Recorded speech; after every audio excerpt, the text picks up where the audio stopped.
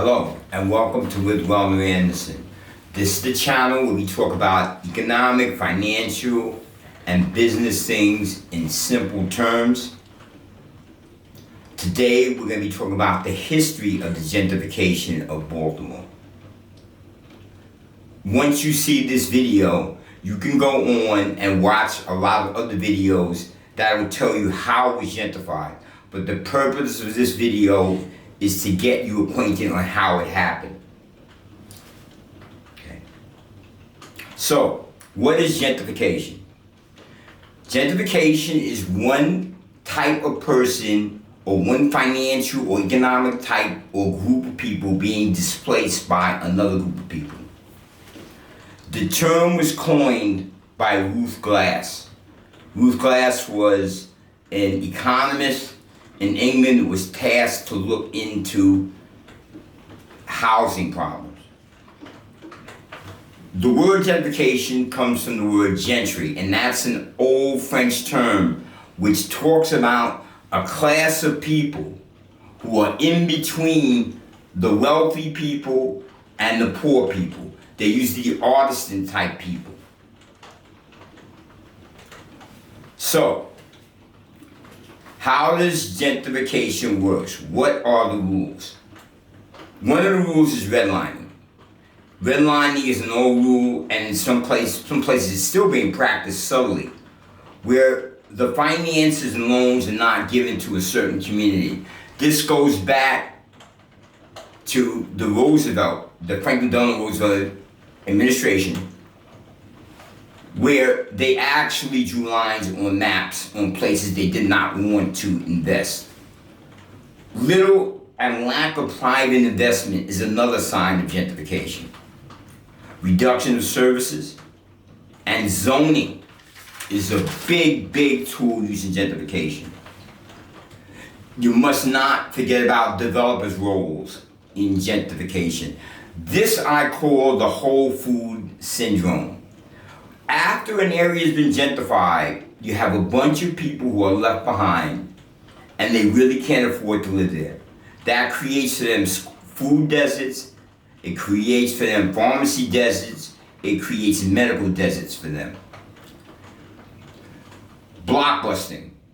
This was a common thing used where a realtor might pay a black lady in a baby carriage to roll down the street in a white neighborhood and terrify people. It's also been known that realtors would call up people and ask for someone with a black name, and that also terrified people. There was white flight and the rent gap theory, basically where it costs you more money. What I say is the rent on your property is more than the property is worth, so people begin to leave. Now let's go through history and let's talk about some incidents and how we got to this. In 1934, the Federal Highway and Federal Housing Acts came into being. This is where the 30-year mortgage came from.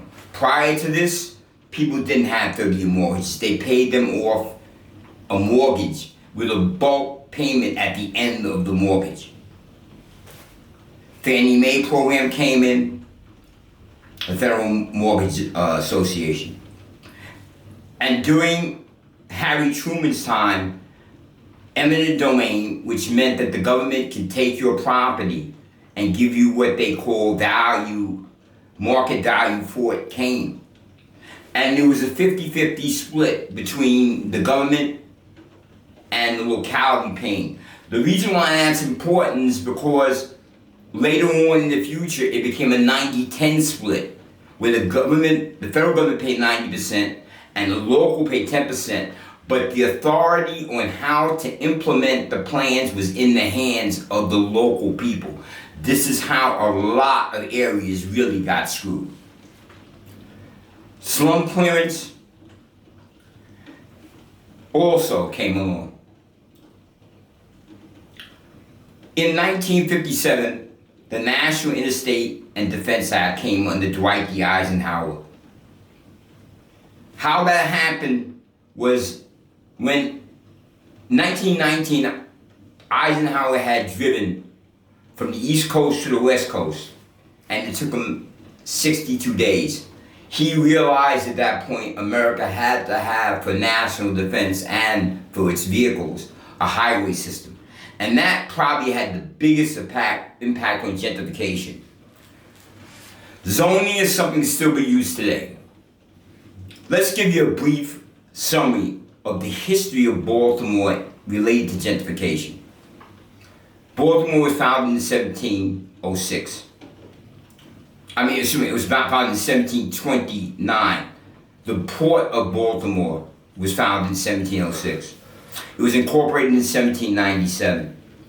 There were Irish, German, Dutch, black, free, and slave. They worked side by side in Baltimore. Baltimore had a big shipping, tobacco trade, flour mills, grain. By 1790, Baltimore was one of the largest cities in the United States. When the Erie Canal came to New York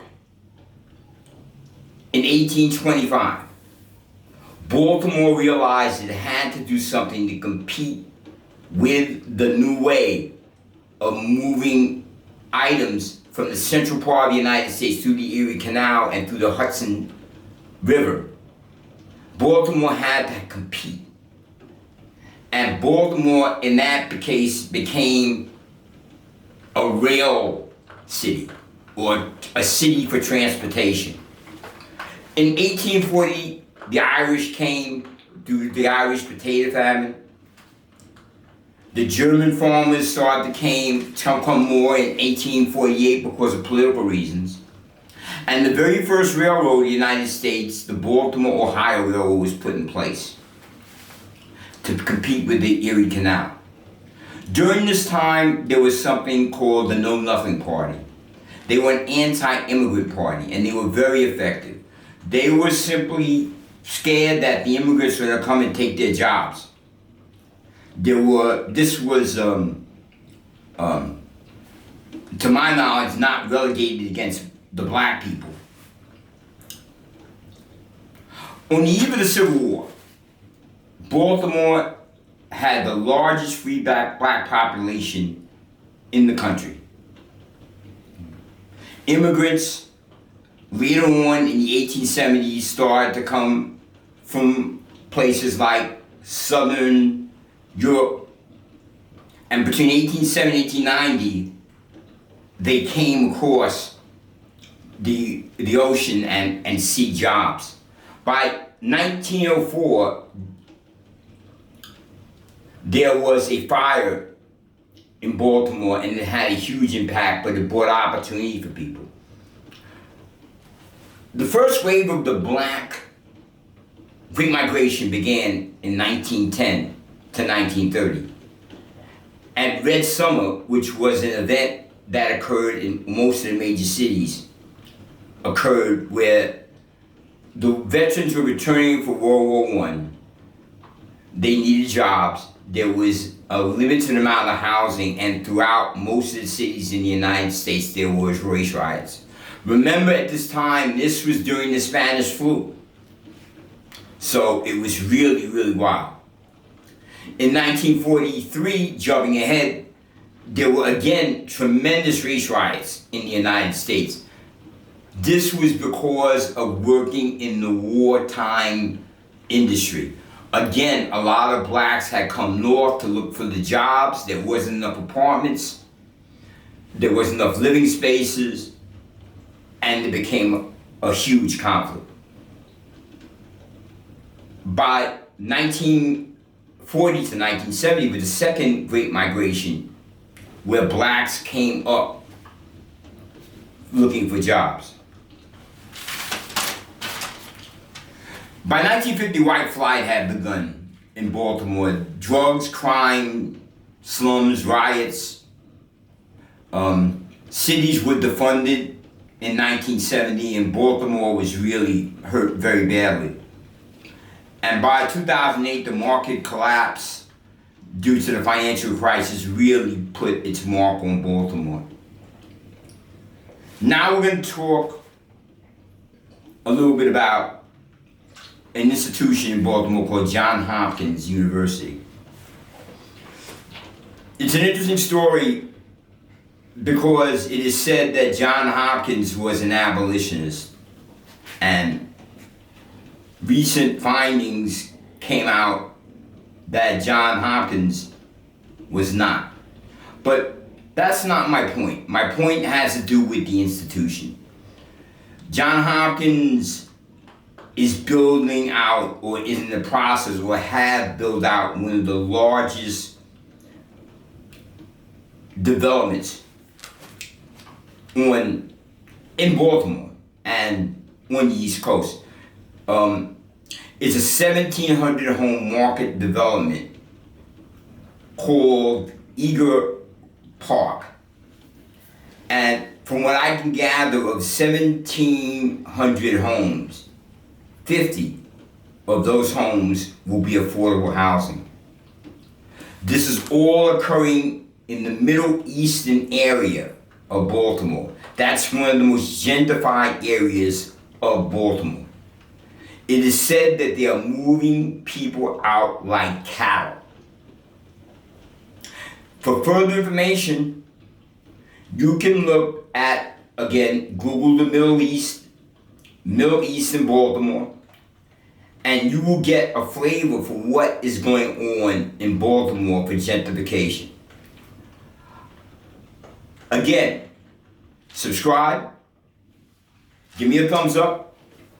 This is like the 20th of the videos I've done on gentrification, and I'll leave you a playlist with the rest.